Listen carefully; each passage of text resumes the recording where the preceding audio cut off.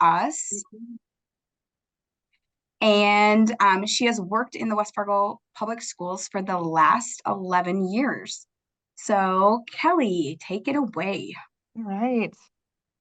Okay, I'm gonna try to share my screen if we're ready for that. Let's see here. I don't think I'm a co-host yet, so I don't know that I can. I tried. Yep. Yep. Think Sherry, Working on it. Perfect. Yep. Perfect. I can introduce myself to while we're going. I can actually start talking about a little bit about my, there it is. Okay, great. Boom, share. I assume we can all see that. Okay, let's see if I can. There we go. Okay, there we go. So Takeaway Tuesdays. Yes, in the chat, if you missed it or are coming in, please do say hi in the group. Include your name, your district or organization that you're coming from, and your current role. That's always good to know who we're talking to today. So I'll give everybody just a minute to do that, and then I can get into the rest of this.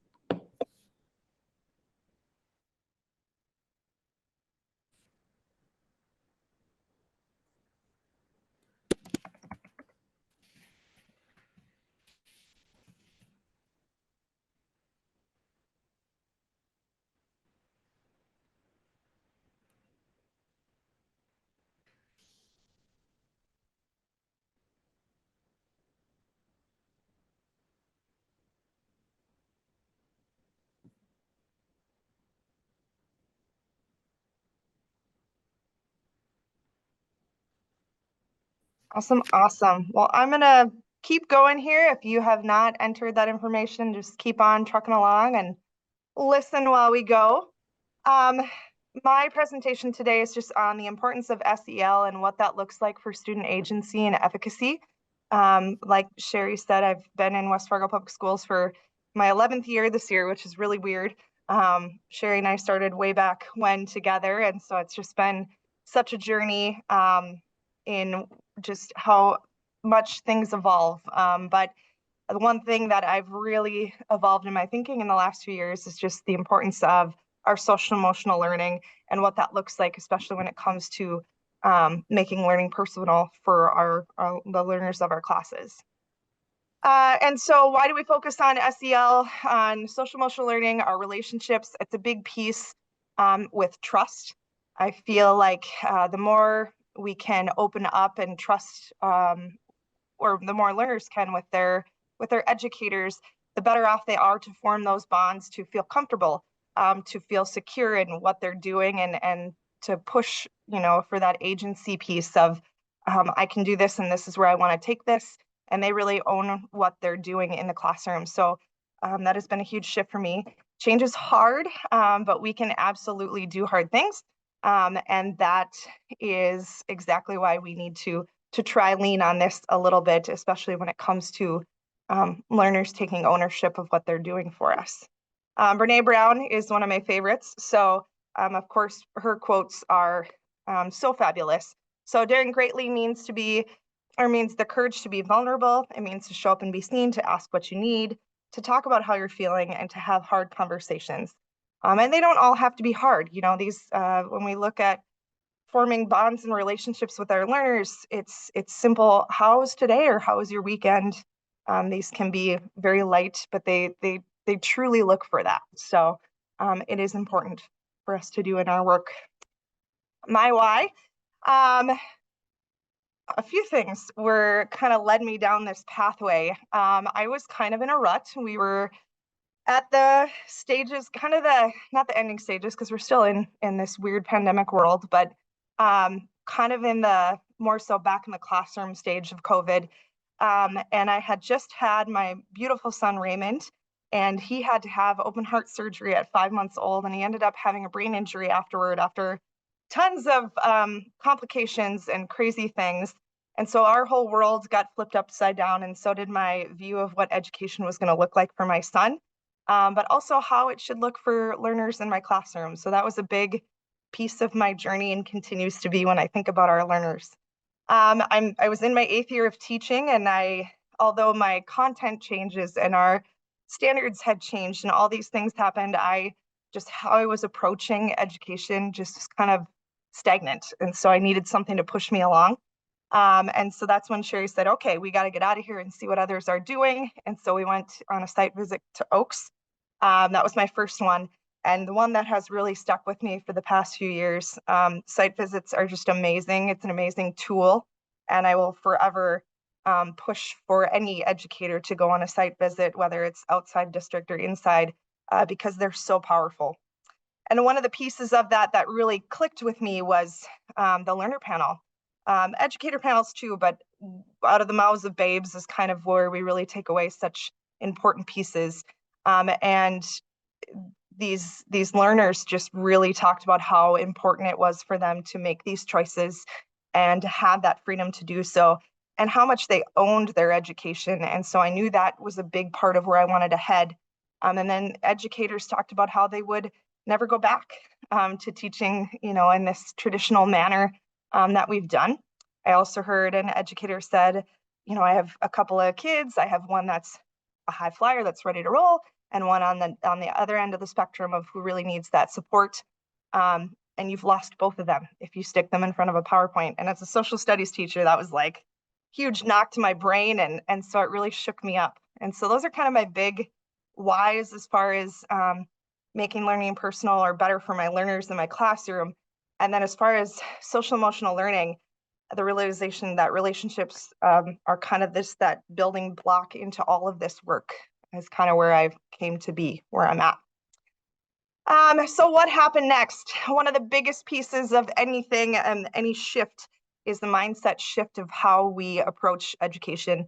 And as an 8th year teacher, I really had to sit down and have some heart to heart with myself. I had to let go. I had to let go of those really fun activities that the kids love, that really weren't hitting standards anymore. Maybe at one time they were, but it kind of is fading away. I had to look at our standards in a way that they had switched to more of a skill-based. And so I needed to even out how my lessons were being approached from a content versus skill perspective, making sure my assessments were intentional and purposeful and not just busy work, and then finding ways to build these relationships. All of that leads to this because it allowed for that time. One of my biggest guilty excuses as an educator is I don't have enough time for that. And a lot of times we don't, things get put to the wayside because of time. And so that is why I really had to let go and sit down and get really intentional about what I was doing before I could really dive into this relationship side of social emotional learning in my room. So one of the first techniques that I've started in the last 2 years are attendance questions. I'll have the hyperlink for the article that really inspired me. I found it on Twitter. It was Twitter then, X now. But it was a great resource to really think about approaching the start of class this way. It's an attendance question. It's a bell ringer, whatever you want to call it, but it's a really low stakes question. I put it, our learning management system is Schoology. So I pose it as a response. And so they get to see all the other responses when they make theirs. And it's a very, like I said, low stakes question. It generates some funny conversation. And this year I actually had to tone it back a little bit to let's, respectfully disagree about who has the best dipping sauce in town, because it got heated. And so it's just a fun way to start class, 5 to 7 minutes. And you can find out a lot about our learners in that way. And it gives maybe the learners who don't necessarily talk a lot out loud, who maybe aren't as outgoing in that way, a chance to respond. I don't necessarily make it punitive. I always say, well, I'm taking attendance this way, whether it's by their post or just the fact that they're working on it while I'm taking attendance. They don't need to know the difference, but that's kind of how I frame it. I will admit that this does take some front loading. I had to work really hard on creating all these questions for every day of the week for 4 quarters. But the beauty in it is this year I can pull it from my resources and just put it in there. I didn't put it by date. I just said week 1, week 2, whatever. So you can kind of switch it from year to year. The dates will transfer a little bit easier. In my attendance questions, I tried to be careful and conscious about the questions I'm asking, avoiding maybe favorite holiday questions or something that's triggering, the best you can. I mean, there's only so much we can do, but I just try to make it very low stakes. And they seem to enjoy the meme or picture questions. So you can see on my slide here, it says, which old school phone should come back and why. And we had great conversations about this in class because I was the generation of the razor. And I said, you'll never understand the satisfaction of slamming that phone when you're mad at somebody after you've texted. So they learn a lot, and I do too. And they ask, well, the sidekick, all these questions. So it's a great way to talk with them about things. I've used, there's pictures where it's an actor and it has multiple expressions that they make. And then like, what vibe are you today? So there's all sorts of things that you can pull from Google Images. And it's just a fun way to start class and very low stakes and great conversations. So I found that to be a really great tool for me. The next tool that I use is restorative circles. I was trained. I went to the professional learning opportunity West Fargo offered 2 summers ago. And it was a great way for me to understand the importance of just having conversation. And so I saw value in the idea of connecting with learners and then also allowing them to have a voice. That talking piece is so important. So I'm not talking about very short circles just to circle up and talk about things. I'm talking about the full process of here's the talking piece, here's our centerpiece, mindful moment. Let's go around and share our thoughts on some of these topics. And then, there's a whole process to it, but there's some really cool things that come out of it. So I've listed those here. You don't have to have an assessment tied to it, and the learners appreciate that too. They started asking for it last year, like, when are we going to do our next circle? We haven't done a circle for this month yet. When are we going to do that? And so they really were engaged in those conversations. And then also it was a way for me to kind of check in on where people were at. Certain learners would maybe answer in a certain way. And that kind of gave me a cue. Well, maybe I need to check on them, or maybe it's a hard day.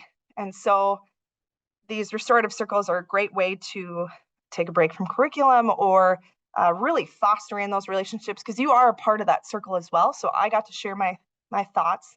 Some of the topics we covered, respect for others, kindness and what that looks like.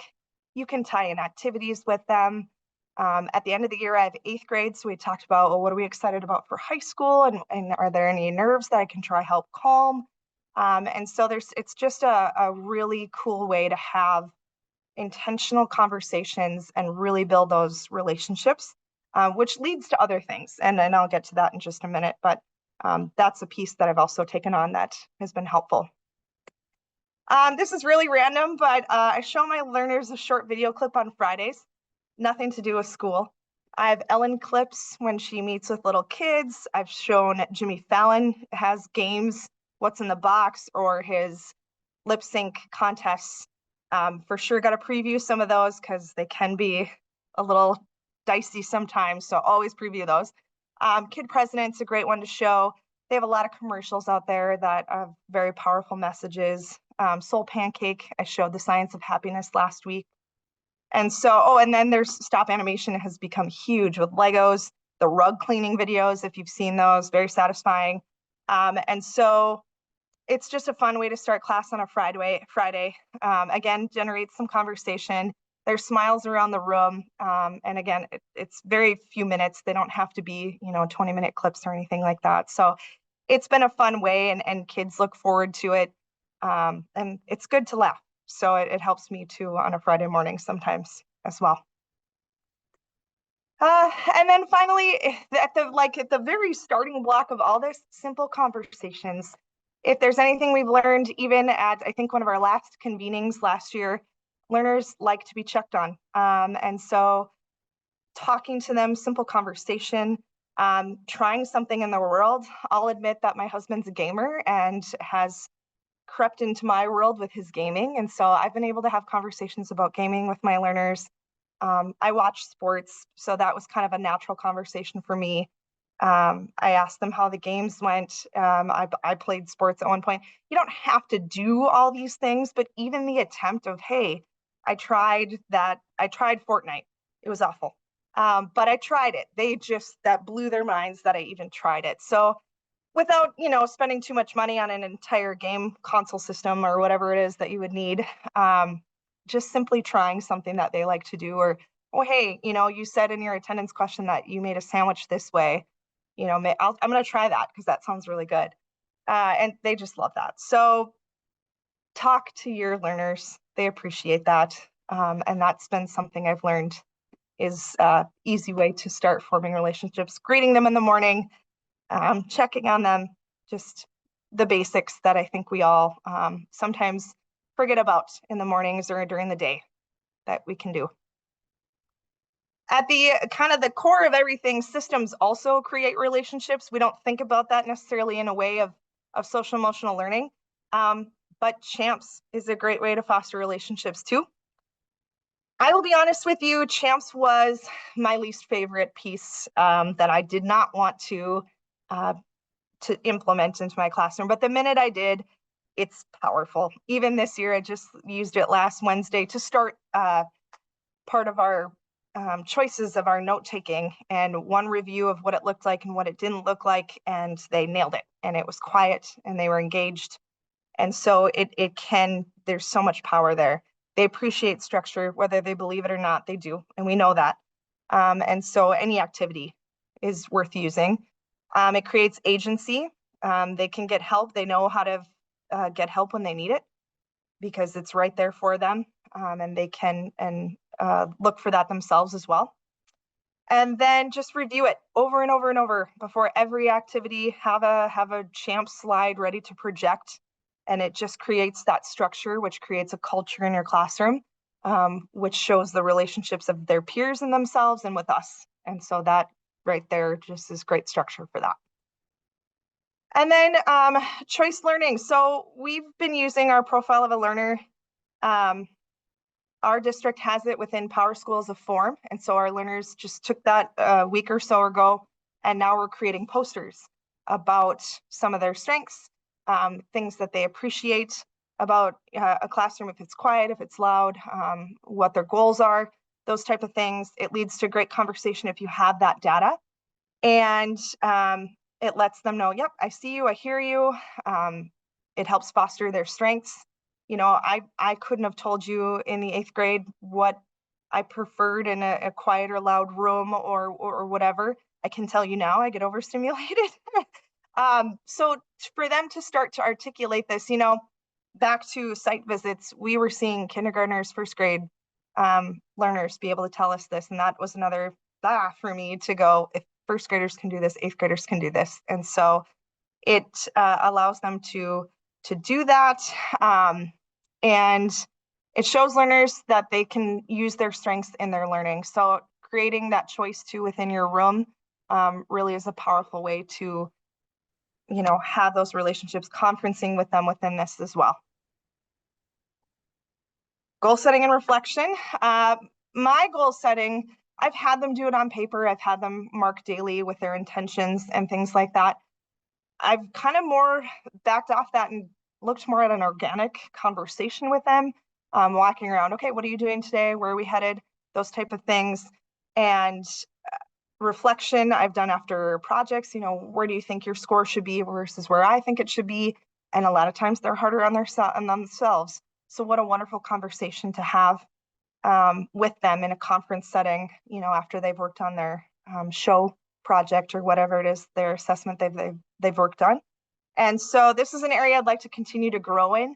I think goal setting and conferencing and reflecting on all that is all part of a wonderful process that a learner can go through. And I think we need to work hard on making that a space for that. And that just, again, continues to work on those relationships with them. A big thing with this is to start small, talk to your learners, greet them at the door. These are all very simple things that we all know. I think sometimes it slides through the cracks, and that's just a reality. Time is always an issue. So make intentional time to do those things. Talk to your learners. If you don't do attendance questions, listen to a side conversation and insert yourself sometimes. I know it's eavesdropping technically, but if it's something that you can connect with, let it go for a little bit and see where it takes them. And that too can build a relationship in and just seeing them and letting them hear you talk like a human and let them know we don't just live in the school and assess them all the time. And be courageous. The more courageous you are, the more confident you become in some of these things. If you find a way to do it, pick a way to start. Try it a few times. It might feel a little clunky at first, but you'll get past that and find your confidence and then level up. Where do you go next? So review your champs every time, like I mentioned before. Behaviors are cut down. Your relationships can build because you're not getting after them all the time. And you might find a different area that you need to review expectations, or another area where they've got it because you reviewed it with something else. The results of doing all this, relationships, they're more willing to follow your expectations. I mean, we've all seen the videos that talk about, you learn better when you like your teacher, or whatever the case may be. But if they respect you and you've built that relationship, the process is just going to be a little bit smoother. They're going to feel better to shine. They're going to feel that efficacy of I can do this, and build their ability to say what they need also. It's truly is a building block, and I haven't been able to see it in any other way than by then doing some of these things and trying. So that's really kind of an important piece of this. And then why does it matter? It's good for learners. We know as educators that this works well. Our district really has put this up there on a pillar for us, and I appreciate that because it's allowed me to really dive in. It lets learners know who they are and gain confidence in who they are, but hopefully us too. It lets us it gives us a good thing to come to school for, more than just teaching. It lets us connect, which is great. It helps us focus on learners who might not have that conversation otherwise. And I mean, at the end of this, maybe we like our job a little bit better. And there's nothing wrong with that. Okay, I know I talked a lot and I probably went way over time, so I apologize. I didn't even look at the chat. Big steps, small steps, talk to your learners, start to form those relationships. You won't regret it, and it leads to some really great things with agency and self-efficacy. Okay, any questions for me?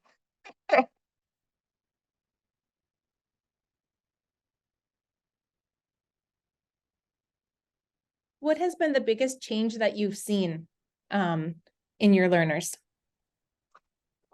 I feel like the biggest change for me has been just that respect. I feel like they you just even give you that head nod sometimes, and you get a few more hellos. And it's really opened my room to be a safe space for them. And so when it comes to the actual learning part, and creating how they're going to show me they understand things, they're going to feel more comfortable to ask me questions. They're going to feel more comfortable taking a risk. Part of it is I was never good as a student at having that growth mindset. And so them seeing me kind of fail at Fortnite or fantasy football or whatever the case may be, allows them to see that it's okay. It's no big deal. And so that has been a powerful piece on the relationship side, but also on the learning side as well. Thank you.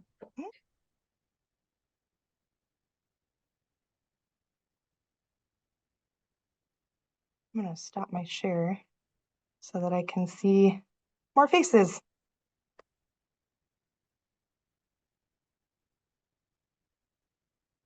I have a question, and I haven't got to ask you this for probably an entire year. But like, of all the things that you've done in the last couple of years, talked about letting go at the beginning. And I know that was something that we talked about a lot. What is the one thing that you let go of that you wish you would have let go of day one in your profession? What's been the biggest impact you feel like? The hardest one too would be the one I would have let go of sooner. I love my content. Gosh, I love history. Like, why would I go into teaching it if I didn't love it? I wish I would have had that aha moment of not every kid is going to love it no matter how hard I try. Because when I started in college, we talk about our why, and I'm like, I want kids to love history and I'm going to make it happen. That's my goal.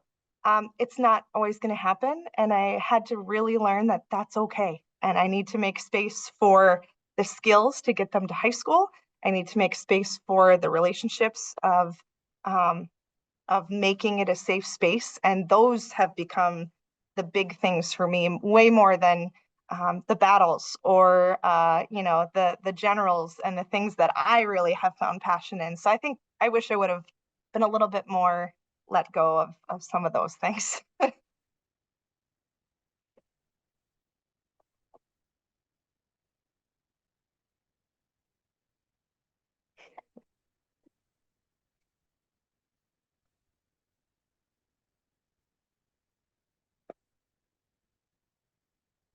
Well, thanks everybody. So supportive.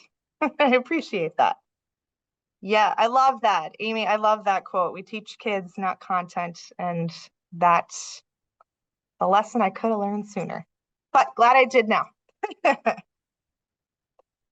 I think many of us are there, Kelly, right? We all have to start somewhere, and the more we learn, the better we do. So, yep. With like ideas on them. Yeah. But was she supposed to like give me a document? So We'll go ahead and mute Jen. Will. Kelly, I'm going to ask a favor. Can you share your screen one more Yes. time Yeah, you bet. since you've got that? Just go to that last slide. And I think that maybe everybody here probably knows this, but I'm going to practice sharing my information in case we don't.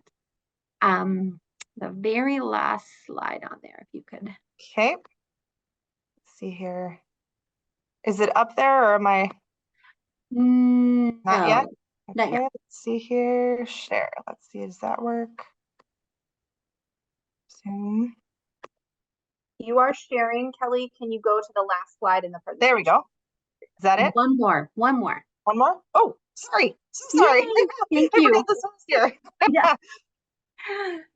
So this is just to get a little information on how you can continue to join us for these fabulous, Kelly, you've set the bar very high. So thank you. You did a fabulous job. When signing up for these, it is set up in the hub that you need to go in and just sign up for each one individually. So it would be great, those of you that haven't, if you want to just get this put on your calendar so you have access to this and a reminder, go in and just sign that up. For that, as well as the book. So the book studies too coming up, you would do that the same. Yes. And then bookmark this, your network, so that you have that easy access to that. And of course, join our Facebook group.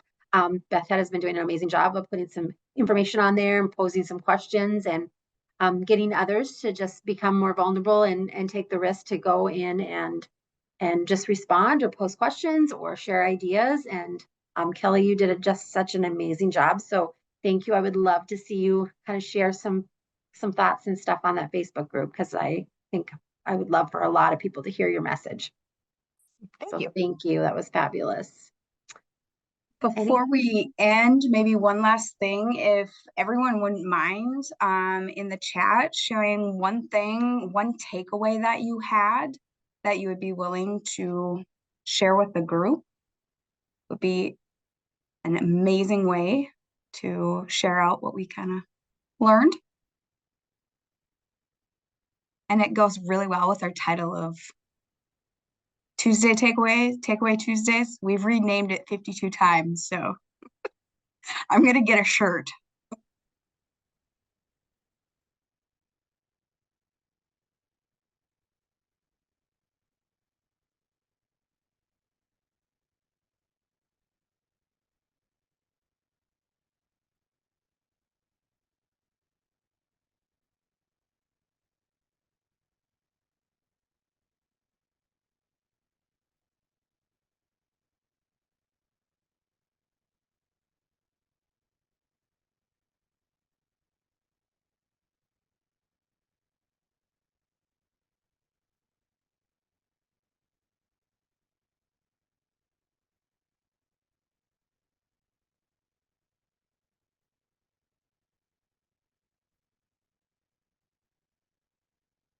Thank you guys for sharing in the chat.